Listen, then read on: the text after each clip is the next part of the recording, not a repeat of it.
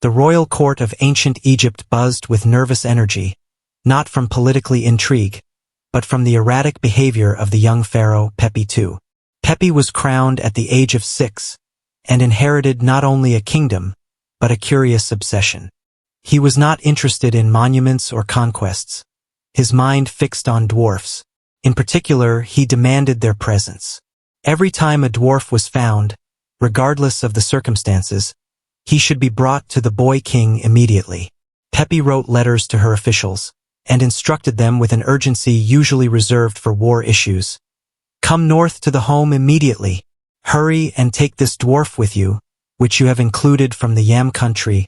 My Majesty wishes to see this dwarf more than the products from Sinai and Punt.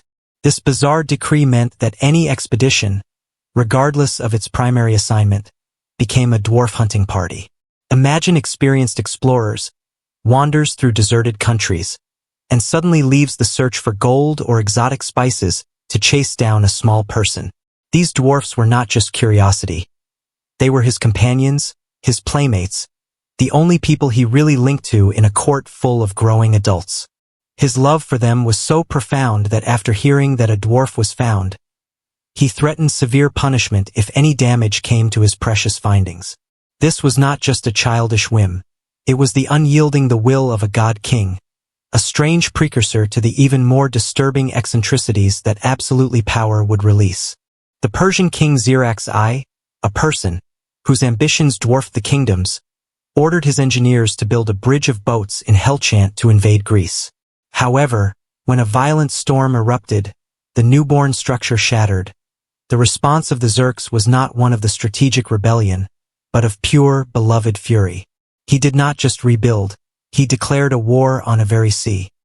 He ordered his soldiers to take 300 lashes with whip and threw huts in turbulent water as punishment for their disregard.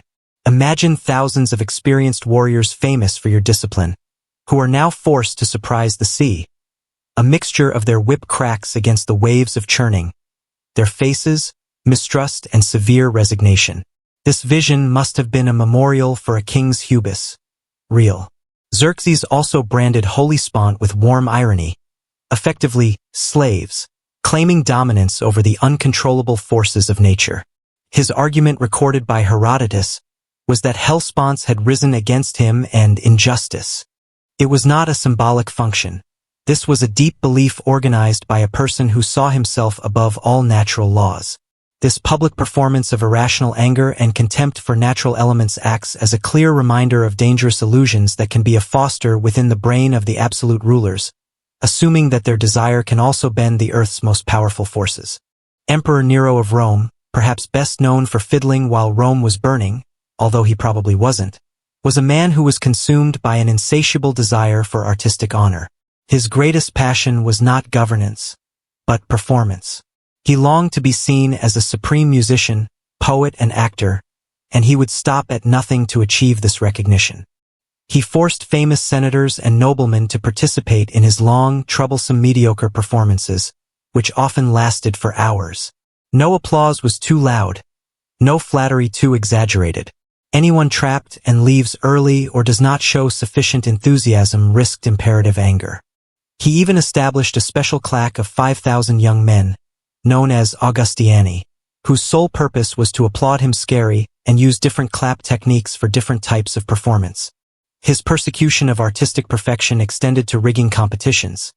He won every single competition he participated, even though he stumbled during a race or broke his lyre during a musical performance.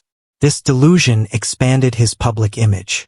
After the big fire in Rome, which he may not have orchestrated, he built the lavish Domus Aurea, his golden house, a huge complex ornament with gold, jewelers, and a huge rotating dining room. He looked at himself as the ultimate artist, and the city, and his empire, just a scene for his magnificent self-aggregate performances. This obsession of performance over governance eventually led to his downfall, when Rome became tired of a ruler who prioritized applause over people's well-being. Emperor Elagabalus, who ruled Rome for only 4 years, many emperors managed to pack more foreign culinary extras in his short rule than in a lifetime. Their rule was a constant festival, but marked by an extreme and often strange extravagance. It was not just gluttony. He was a gastronomical performance artist. He famously serves his guests meals perfectly made of the same color, such as green recipes, or recipes made of the brain or lumps of foreign birds. Imagine a banquet where every course, from the appetizer to the dessert, was a separate shade of green, or where each dish was made from a part of a blurred animal. He also had a desire to throw elegant dinner parties for his dogs, to serve elaborate meals on the golden plates, which is dislike of his human courtiers. Its food shower was legendary. It would make famous rain on flowers, rare birds, or its guests during the banquet, often leading to chaos and injury when people were straying or struck.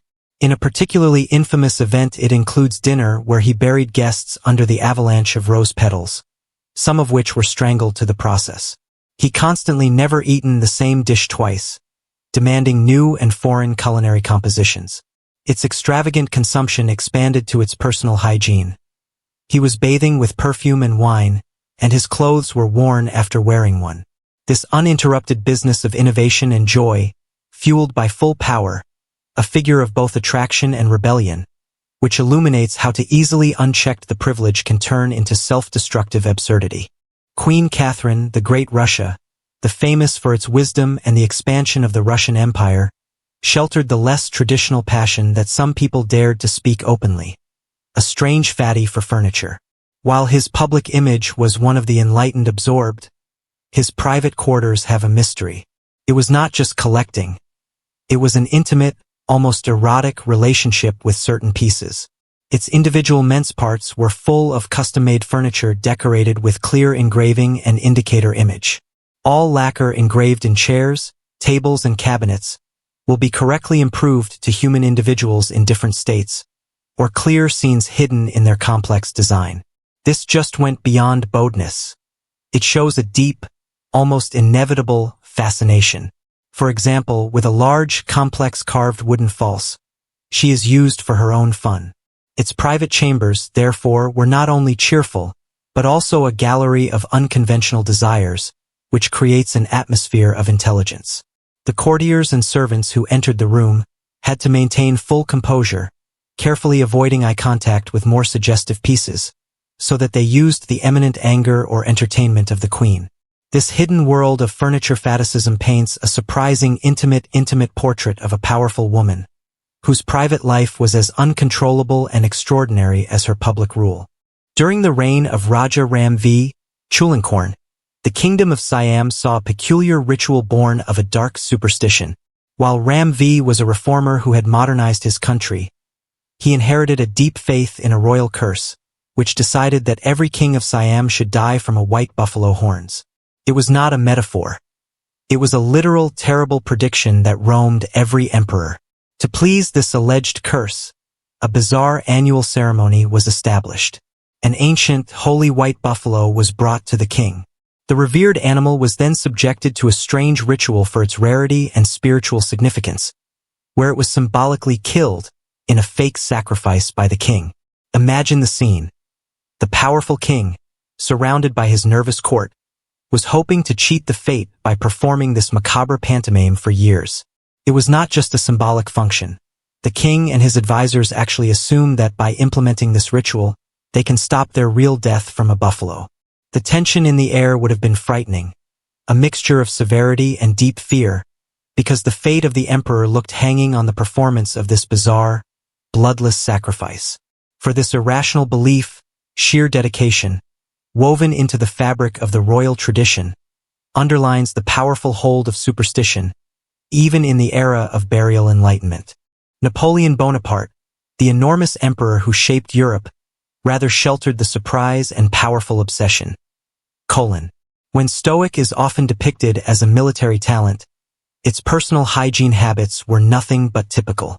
He used up to 60 bottles of colon a month, mainly a special aroma called Jean Mary Fairy, from the Roger and Galette house. This was not subtle spritz. It was a perfect DOS sing. He will pour the whole bottle over his head, soaked in his clothes and mix in his bath water. Its helpers, accustomed to the wide aroma, described their private quarters permanently saturated with a powerful aroma. This was not just about a good smell. It was also a form of ritual, comfort, and maybe self-medication. During his military campaign, he insisted that there was adequate supply even in harsh conditions. Imagine the deserted war tents, cold and unhealthy, yet the closing of hundreds of bottles of colon is full of sweetness. This strange habit is often contradictory to its reckless military strategies, showing a strange personal requirement of surprising weakness and stimuli of constant olfactory. His dependence on this scent was so absolute that his campaigns often had a baggage train dedicated to its colon supply, a will of how much of this unusual compulsion was created in the life of one of the greatest winners of history. Queen Victoria, the stoic monarch who led the huge British Empire, held a deep and eccentric love for her dogs, a passion bordering on the observance. Her dog followers were not just pets. They were an extension of her emotional life and a central luminaire of her right. She kept famous a huge and ever-growing package, and often exceeded 50 dogs at all times. Each dog had its own bed, its own dedicated servants, and was treated with a reverence that is usually reserved for royalty. Her favorite, a loyal Scottish collie named Noble, even had her own personal tombstone and was deeply mourned after his death. Victoria did not just love her dogs. She often dressed them in elaborate attire, accessories with them with tiny hats and ribbons, and even staged elaborate dog parties, where her dog companies were to sit at miniature tables, served thumbnails. Imagine a magnificent royal lounge, not filled with statesmen, but with dozens of yapping, costume dogs. She also had a curious habit of gathering her hair for her deceased dogs, which she held in carefully arranged albums, a bizarre form of corner memento mori. Her letters are filled with detailed stories about the dog's health, antiques, and even stools, and revealed a deep intimacy with her obeyed friends who far exceeded her often struggled relationship with her own children. This unusual devotion of her dogs, which transforms them into thumbnails, shows a softer, more distinctive side of the formidable emperor. Great Britain's King George III, the king who lost America, faced serious mental illness during his reign, leading to some strange royal behavior. Its episodes, which are now believed to be linked to porphyria, caused it to descend during the depth period. In his most famous and proud delusion, he was convinced that oak trees were members of his court and spoke to him. Imagine the king, wearing his royal gowns, wandering from the royal gardens at Cave or Windsor, sincerely with ancient trees, busy in unilateral conversations, deeply tilt and address them as if they are real dignitaries.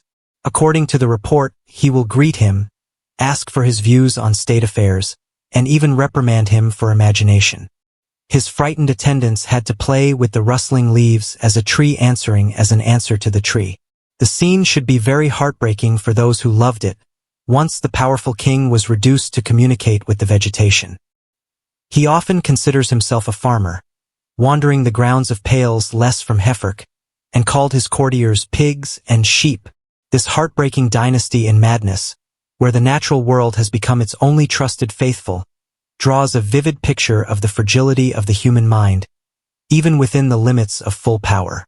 The powerful ruler of the vast global empire, King Philip II of Spain, was a man drinking by his faith and the harsh commands of his own decay body. Known for their harsh behavior and cautious administration, his private life had a much more messy reality. It suffers from serious arthritis and other weak illnesses, which left him in persistent suffering. However, his most fantastic habit was to refuse to change his clothes or bathe for an extended period, sometimes up to weeks or months. Despite the plenty of wealth and resources at his disposal, he will wear the same hemp for such a long time that he literally moved on his body. Imagine the most powerful man in Europe. His skin cakes dirt, sweating, and disease. His clothing is an unbearable odor that enters every room. The courtiers had to brace themselves before the audience with the king, often catching a perfume handkerchief on his nose. This was not just neglect. It was a strange form of morbid endurance, perhaps driven by its intense piety and ascetic tendencies. At the end of his life, the odor became so unbearable that his doctors could hardly reach him to treat his enthusiasm and ulcers. He always skulls of saints and holy remains in his bedabur, believing that he gives spiritual comfort, yet his physical walking was deteriorating in the king's stone. His last days were spent in incredible suffering, which were drunk with his illnesses and his own self-imposed squalor, which is a contraindication to the glory of his global dominance.